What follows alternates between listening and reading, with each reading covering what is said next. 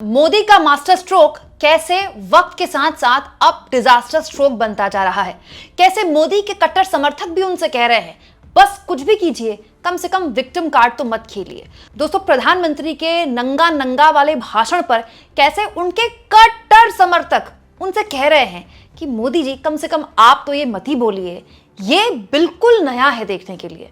मैं आपको लगातार बोल रही हूं, बार बार बोल रही हूं, इस सरकार को बिल्कुल अंदाजा नहीं है कि यूजीसी के प्रावधानों के बाद इस सरकार को लेकर जो माहौल है देश के अंदर, खास तौर पर उसके कट्टर वोट बैंक सवर्ण समाज के बीच कितना जबरदस्त तरीके से बदल गया है। दोस्तों, बहुत से लोग मोदी जी की एग्रेसिव बयान और पॉलिटिक्स पर उनको मास्टर स्ट्रोक कहते हैं, उनका बहुत तगड़ा हमला कहते हैं, लेकिन मैं इसको अलग तरह से लेती हूं।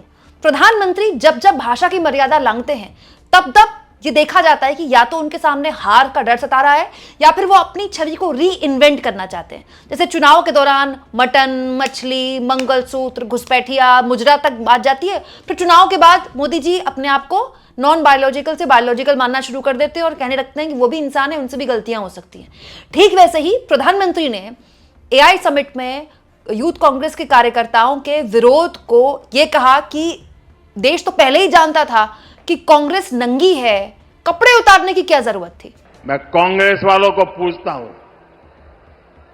देश तो जानता है आप पहले से ही नंगे हो, फिर कपड़े उतारने की जरूरत क्या पड़ी।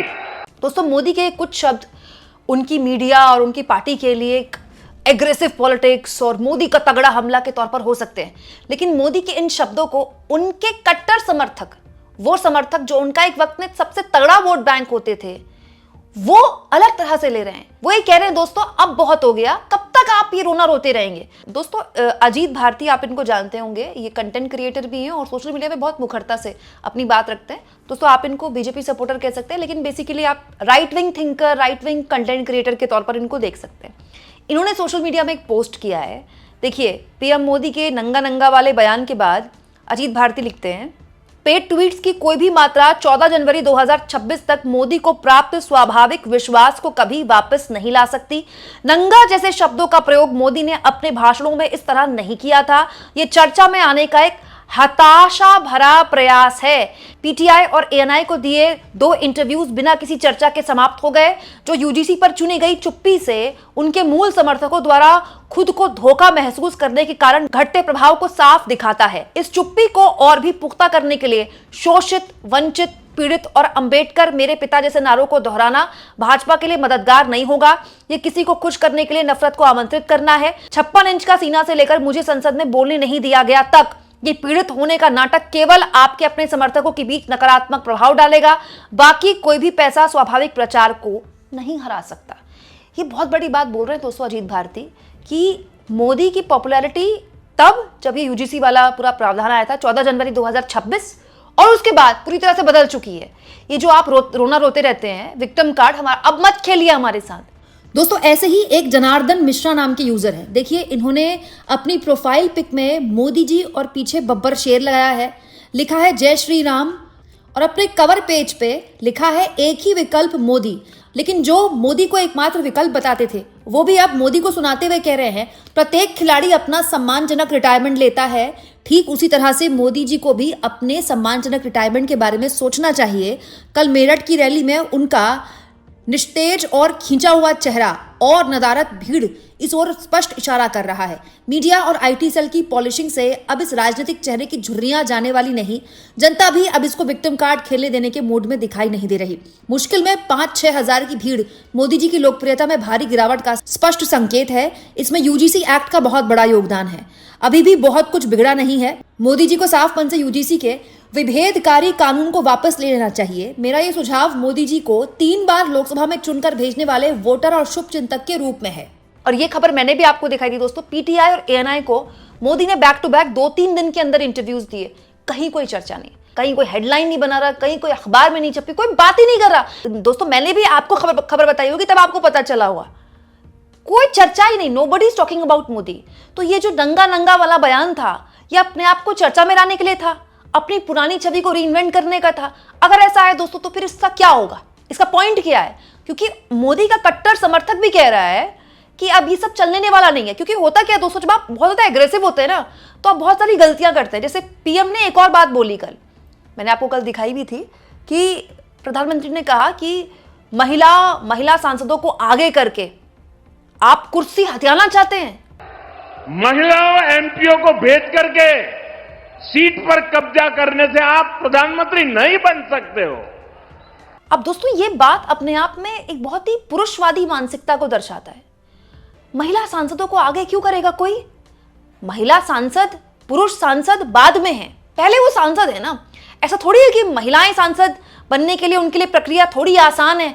वो अगर इतने कम वोट भी हासिल करेंगी तो वो आसानी से उनको जीता मान लिया जाएगा, है ना। ऐसा तो है नहीं ना। आपको अपने कंपटीटर के सामने वैसे ही जीत दर्ज करनी होगी जैसे कि बाकी लोग करते हैं। और एक सांसद जब बनती है या बनता है तो उसके ऊपर वही जिम्मेदारियां होती हैं, वही उम्मीदें होती हैं। एक सांसद अगर नॉन परफॉर्मिंग है, चाहे वो महिला हो या पुरुष हो, उसको दोबारा मौका नहीं मिलेगा। लेकिन आप महिला सांसदों को आगे करने जैसी भाषा बोल रहे हैं, मतलब ये किस तरह की मानसिकता है? जैसे महिलाएं जो सांसद बनी है, जो उनके सीट तक आई पोस्टर लेकर, उनको कुछ पता ही नहीं है। मतलब दोस्तों वो सांसद जो 3 महिला सांसद थी कांग्रेस पार्टी की, पहले उनके लिए कहा गया कि वो दांत काट लेती मोदी जी के लिए, उनको बड़ा खतरनाक बताया गया, है ना। उनसे मतलब जान को खतरा बता दिया गया बीजेपी के नेताओं द्वारा। अब मोदी जी उनको बहुत ही कमजोर बता रहे हैं कि उनको आगे करके कुर्सी हथियाने की कोशिश थी। तो पहली बात तो मोदी जी को मैं आपको बता दूं, एक असली फेमिनिस्ट होने के नाते, ना तो वो महिलाएं कमजोर हैं और ना ही वो किसी को दांत काटने वाली थी। वो एक सांसद थी। हमारे देश की संसद में प्रदर्शनों को लेकर, विरोध को लेकर पहले भी कई ऐसी घटनाएं हो चुकी हैं जो कि संसदीय परंपरा में नहीं हुई है, जो नहीं होनी चाहिए। मैं नहीं कह रही हूं कि उन्होंने बहुत अच्छा काम किया मोदी की कुर्सी पर आकर, लेकिन इससे कहीं भी वो कोई हथियार के तौर पर इस्तेमाल करने वाली नहीं बन जाती हैं। और ना ही दोस्तों इतनी कमजोर बन जाती हैं कि उनका तो कोई भी इस्तेमाल करके कुर्सी हथिया सकता है। और ना ही वो इतनी मतलब डरावनी बन जाती है कि वो दांत काट सकती है मोदी जी के लिए। वो एक सांसद है। संसद में हर कोई प्रदर्शन करता है, अंदर भी करता है, बाहर भी करता है, वैसे ही वो कर रही थी। लेकिन आपकी सोच देखिए, प्रधानमंत्री ये भूल गए दोस्तों कि एक पूरा पीढ़ी आ चुकी है इस देश में, जेनजीज की, मिलेनियल्स की, जो इतने जागरूक हैं, खास तौर पर हमारी जैसी पढ़ी लिखी, अपने ऊपर पूरी तरह से इंडिपेंडेंट महिलाओं की, जो इस तरह की चीजें उनको बड़ी अटपटी लगती हैं। मतलब आप सोचिए दोस्तों, वो महिला सांसद ऐसा नहीं है कि वो कोई टीनेजर हैं, वो समझदार महिला सांसद हैं। वो अपने संसदीय क्षेत्र में डीएम से भी बात करती होंगी, किसी की दुख तकलीफ में भी खड़ी होती होंगी दोस्तों। इसके अलावा विधायक से भी बात करती होंगी। संसद में वो कानून बना रही हैं, इस देश की संसद में बैठ रही है वो। और मोदी जी उनको इतना बेवकूफ समझते हैं कि उनको कोई बरगला लेगा, उनकी कुर्सी पर कब्जा कर लेगा। ये तब होता है जब आप एग्रेशन में आते हैं। और दोस्तों इसी से संबंधित मैंने आपको आज एक खबर दिखाई। मोदी की मेरठ में रैली थी, जिस रैली में मोदी जी सब बोल रहे थे ना, उस रैली को लेकर बहुत सी खबरें मेरठ के अलग अलग हिस्सों से आई कि बसेस भेजी जाती हैं मोदी जी की रैली में, सरकारी बसों को भरा जाता है ताकि भीड़ हो। उस तरह की भीड़ नहीं उमड़ी है। हालांकि भीड़ की मेरे पास कोई फोटो नहीं है कि मैं दिखाऊं कि खाली कुर्सियां थी, लेकिन भीड़ थोड़ी कम थी इस बार। और जो उत्साह बीजेपी को उन इलाकों से मिलता है जहां से उनकी काफ़ी भीड़ आती है, इस बार थोड़ा कम मिला है। और इस वीडियो में मैंने आपको ये भी दिखाया कि मोदी की रैली के 1-2 दिन पहले लखनऊ में योगी तुझसे बैर नहीं, मोदी तेरी खैर नहीं टाइप के नारे लगाए गए। इस तरह के प्रदर्शन हुए हैं और बीजेपी के सांसदों को लाउड स्पीकर लेकर लोगों के बीच जाकर इनवाइट करना पड़ रहा है लोगों को। तो दोस्तों बहुत सी चीज़ें हैं जो बड़े ना करीने से अंदर अंदर चल रही हैं। आप देखिए, प्रधानमंत्री को नंगे नंगे जैसे शब्द इस्तेमाल करने पड़ रहे हैं। मतलब देश के इतिहास में इस तरह के शब्द किसी ने इस्तेमाल नहीं किए। अगर यूथ कांग्रेस के कार्यकर्ताओं ने एआई समिट पर प्रदर्शन करके गलत किया है तो आप क्या अच्छा कर रहे हैं? मतलब आप कंपटीशन क्यों कर रहे हैं? अगर उन्होंने गिरी हुई हरकत की आपके हिसाब से, तो आपका भाषण कौन सा बहुत उच्च कोटि का है? मतलब ये तो वही बात होगी कि कीचड़ साफ करने के लिए कीचड़ पे थोड़ी उतरा जाएगा। लेकिन प्रधानमंत्री ने भाषण की मर्यादा को पूरी तरह से, मतलब आप सोचिए प्रधानमंत्री के पद पर हैं, अगर पीएम इस तरह के शब्द ना इस्तेमाल करते, कुछ और बोल दे तो क्या हो जाता। लेकिन ये एक तो ना हेडलाइन बनाने का इजी तरीका है, लेकिन दोस्तों उसमें भी बड़ा विरोधाभास है। एक तरफ तो आप इतने एग्रेसिव हो जाते हैं कि आप कहते हैं कि कपड़े उतारने की क्या जरूरत थी, कांग्रेस तो पहले से ही नंगी है, और फिर आप पार्लियामेंट का रोना रोते हैं कि मुझे पार्लियामेंट में बोलने नहीं दिया जाता। अरे प्रधानमंत्री को पार्लियामेंट में बोलने नहीं दिया जा रहा, तो दोस्तों ये तो बड़ी चिंता की बात होनी चाहिए मोदी जी के लिए कि इतना मजबूत विपक्ष है कि मोदी जी पार्लियामेंट में बोल नहीं पा रहे हैं। कुछ सांसद उनको पार्लियामेंट में बोलने से रोक देते हैं। ये तो मोदी जी के लिए और उनके समर्थकों के लिए चिंता की बात होनी चाहिए। तो दो चीजें एक साथ कैसे हो सकती हैं? उसी भाषण में मोदी अग्रेसिव हो जाते हैं, फिर उसी भाषण में मोदी विक्टिम कार्ड खेलते हैं कि मुझे तो दिन भर गालियां दी जाती हैं, मुझे जितनी गालियां देनी है दीजिए। तो इसकी कोई तो हद होगी ना। आप ये विक्टिम कार्ड खेलते रहेंगे, मेरी माँ को गाली दी, मुझे गाली दी, यही बातें चलती रहेंगी, कब तक चलती रहेंगी? और जब अगर आप विक्टिम कार्ड खेल रहे हैं तो फिर आप सशक्त और मजबूत नेता कैसे हैं?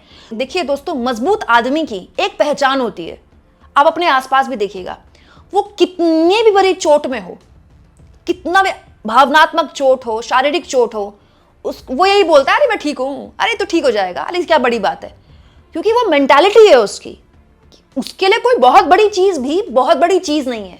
उसका जो अंतरात्मा का बल है, जो उसकी विल पावर है, वो बहुत बड़ी होती है। उसको उस विल पावर से वो सबको हरा देता है।